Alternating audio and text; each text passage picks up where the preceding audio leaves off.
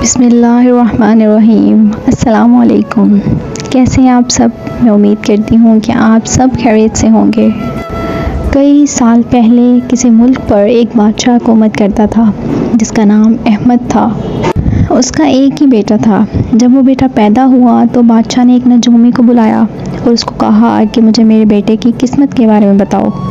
नजूमी ने किताब खोली और इल्म नजूम के हवाले से शहजादे की किस्मत का हाल देखा।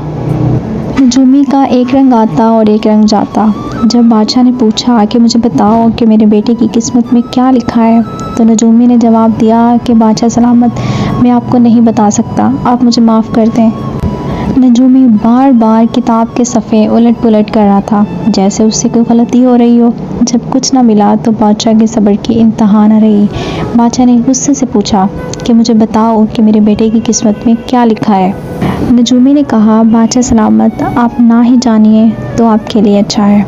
तो बादशाह ने कहा, नहीं, मुझे ये तो बताओ कि मेरे बेटे को किस चीज़ से ख़तरा है, ताकि अगर वो किसी ख़तरे में हो तो मैं उसको बचा सकूँ।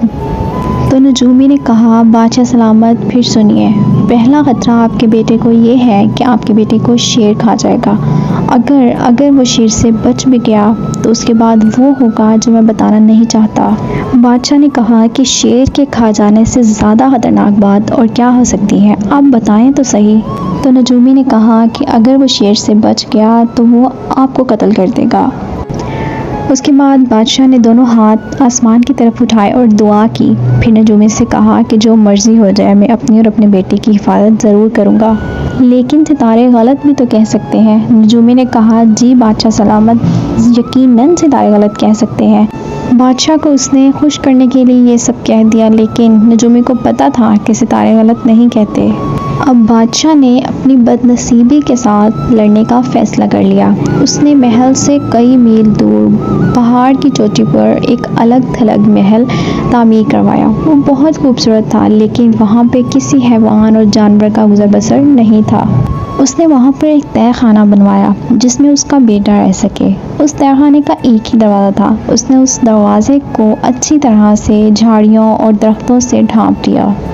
अब वहाँ पे शहज़ादा और उसकी आया उसके साथ रहने लगे। कई साल गुजर गए, दिन ऐसे गुजरते गए। बादशाह सलामत महीने में एक दफ़ा अपने दरबारियों के साथ अपने बेटे को मिलने आता। ऐसे ही बादशाह का बेटा 7 बरस का हो गया। एक मर्तबा वहाँ पर शिकारियों की एक टोली शेर का शिकार करते हुए वहाँ पर जा पहुँची। अब शेर कहीं छुप जाना चाहता था। शेर दौड़ता हुआ उस तहखाने के पास पहुँचा जिसका दरवाज़ा झाड़ियों और दरख्तों से ढका हुआ था। जो ही शेर का भारी पाँव उस झाड़ियों पर पड़ा, उस दरवाज़े पर पड़ा, तो शेर जो है वो उसके अंदर जाके गिर पड़ा। जैसे ही तहखाने के अंदर शेर गिरा, उसकी नज़र शहज़ादे पर पड़ी। शेर ने शहज़ादे पर हमला कर दिया। शहज़ादा बेहोश होकर गिर पड़ा। अब उसकी आया को ये अंदाज़ा हो चुका था कि शेर ने शहज़ादे को ज़ख्मी कर दिया होगा या उसको मार दिया होगा अब तक। अब शिकारी भी शेर की आवाज़ सुनकर तहखाने में आ पहुँचे। उन्होंने शेर पर पत्थरों की बारिश कर दी और शेर वहाँ पर गिर गया, यहाँ तक कि मर गया। जब वो शिकारी तहखाने के अंदर आए तो वो देखकर हैरान हो गए। उन्होंने देखा कि बहुत ही खूबसूरत महल है और इस खूबसूरत महल के अंदर इतना ज़्यादा सोना, यहाँ तक कि यहाँ पर तो कोई नहीं रहता, फिर भी इतने खूबसूरत कालीन, इतने खूबसूरत तोहफे उस महल के अंदर पड़े हुए थे। उन्होंने जितना हो सका वहाँ से इकट्ठा किया, सोना इकट्ठा किया और शहज़ादे को बेहोश देखा और उसको उठाया और अपने साथ ले गए। इस तरह 7 बरस का शहज़ादा उन शिकारियों के साथ रहने लगा और उनको उठने बैठने की बिल्कुल तमीज़ नहीं थी। वो दरअसल एक डाकू किस्म के थे जो आते जाते काफ़िलों को लूटते थे और शहज़ादे को ये बिल्कुल नहीं पता था कि वो कौन है, उसका नाम क्या है, उसके माँ बाप कौन हैं। वो तो अब शिकारियों में शिकारी था और लुटेरों में एक लुटेरा। एक रोज़ शहज़ादे ने और उसके साथियों ने एक काफ़िले पर हमला कर दिया। काफ़िले वालों ने इनका डटकर मुकाबला किया और शहज़ादा बेहोश हो गया। जब शहज़ादे को होश आया तो उसने देखा कि उसका कोई भी साथी उसके साथ नहीं है, हत्ता कि वहाँ पर कोई भी नहीं था। अब वो अपने साथियों को ढूंढने के लिए निकल पड़ा। अब वो रास्ते में जा रहा था तो उसे एक अनजान शख्स मिला जो एक ख़जाने की तलाश कर रहा था। उसने अपना तारुफ़ कराया है कि मैं एक ख़जाने की खोज में हूँ, अगर तुम चाहो तो मेरे साथ आ सकते हो। तो तो शहज़ादा उसके साथ चल पड़ा। अब वो चलते चलते उस जगह पर पहुंच गए जहां पर उस खोजी को सोने की तलाश थी।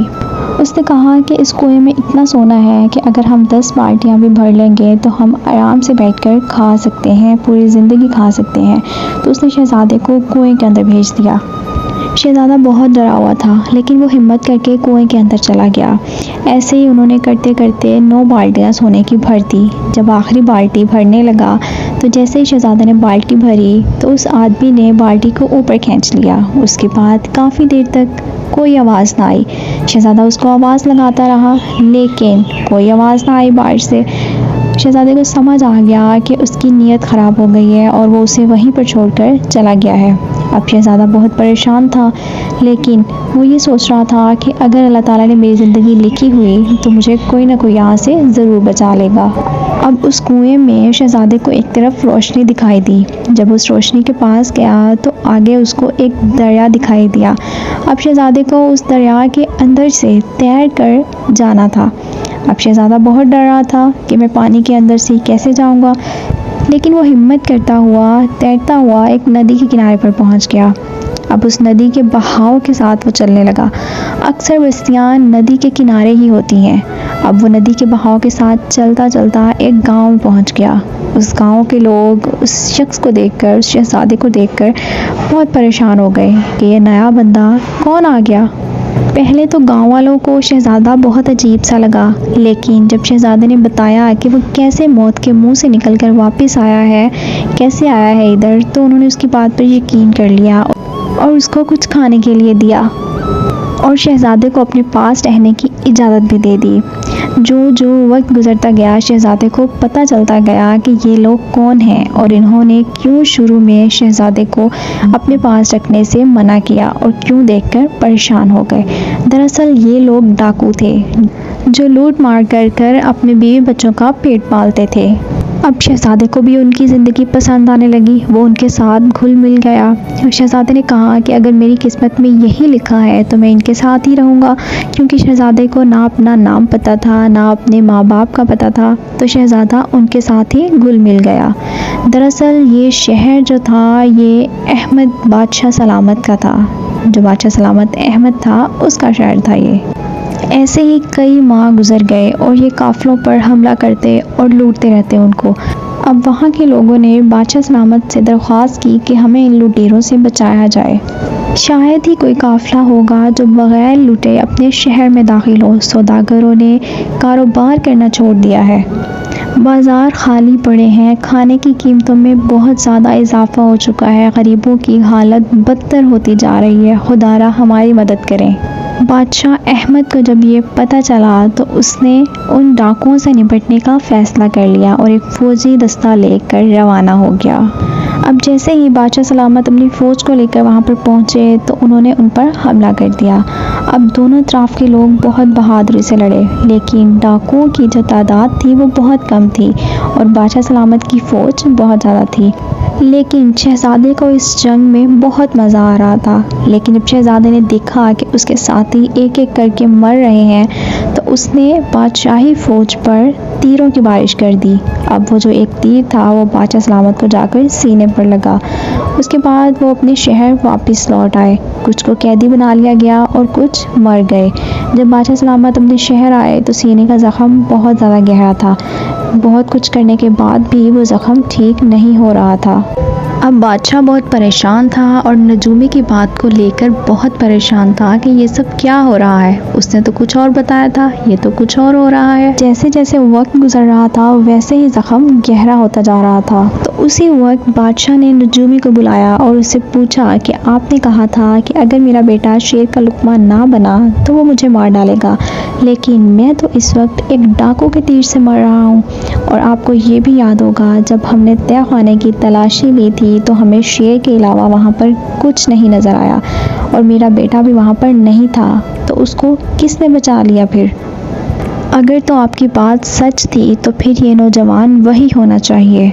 तो उस नजूमी ने कहा, जी हजूर, अगर आपका बेटा शेर से बच गया तो ये उन डाकुओं के गिरोह में शामिल है। अब बादशाह ने उन तमाम कैदियों को बुलाया और पूछा कि किस शख्स ने मुझ पर तीर चलाया। तो उनमें से एक शख्स बोला कि जनाब, ये जो साथ खड़े हैं इन्होंने आप पर तीर चलाया। हम नहीं जानते ये शख्स कौन है, ये कुछ ही महीने पहले हमारे ग्रुप में शामिल हुआ, हमें इसका नाम तक नहीं पता, सिर्फ ये जानते हैं कि ये हमारे पास 4 महीने पहले आया। बादशाह सलामत, हम इसके अलावा और कुछ नहीं जानते, आप प्लीज़ हमें माफ़ कर दें। अब बादशाह अहमद ने नौजवान से पूछा कि तुम कौन हो और कहाँ से आए हो, और उस नौजवान ने कहा कि मुझे नहीं पता, मुझे इब्ने अहमद कहते हैं और यही मेरा नाम है, यानी मुझे अहमद का बेटा कहते हैं और मैं नहीं जानता कि मेरा बाप कौन है। बस इतना याद है कि जब मैं छोटा था तो मैं अपनी आया के साथ एक महल में रहता था और उस महल में एक तहखाने में रहता था। फिर अचानक एक दिन शेर आया, उसने हम पर हमला किया, मेरी आया मर गई और मैं बेहोश हो गया। इसके बाद मुझे कुछ नहीं पता कि मैं कौन हूँ और किसका बेटा हूँ। अब बादशाह को यकीन हो चुका था कि यही मेरा बेटा है। उसने तमाम वज़ीर और अपने तमाम साथियों को बुलाया और कहा कि मेरे बाद मेरा बेटा ही बादशाह बनेगा। उसने अपने बेटे को बुलाया, प्यार किया और उसको बताया कि मैं ही तुम्हारा बाप हूँ। और बाकी जो तमाम कैदी थे उनको ये हुक्म दिया कि अगर ये आइंदा लूट मार ना करें तो इनको रिहा कर दिया जाएगा। इस तरह बादशाह अहमद के बाद बादशाह का बेटा बादशाह बन गया। मैं उम्मीद करती हूँ कि आपको मेरी वीडियो अच्छी लगी होगी। अच्छी लगी हो तो मेरे चैनल को सब्सक्राइब कर दें, बेल आइकन भी प्रेस कर दें। अपना बहुत सारा ख्याल रखें। अल्लाह हाफिज़।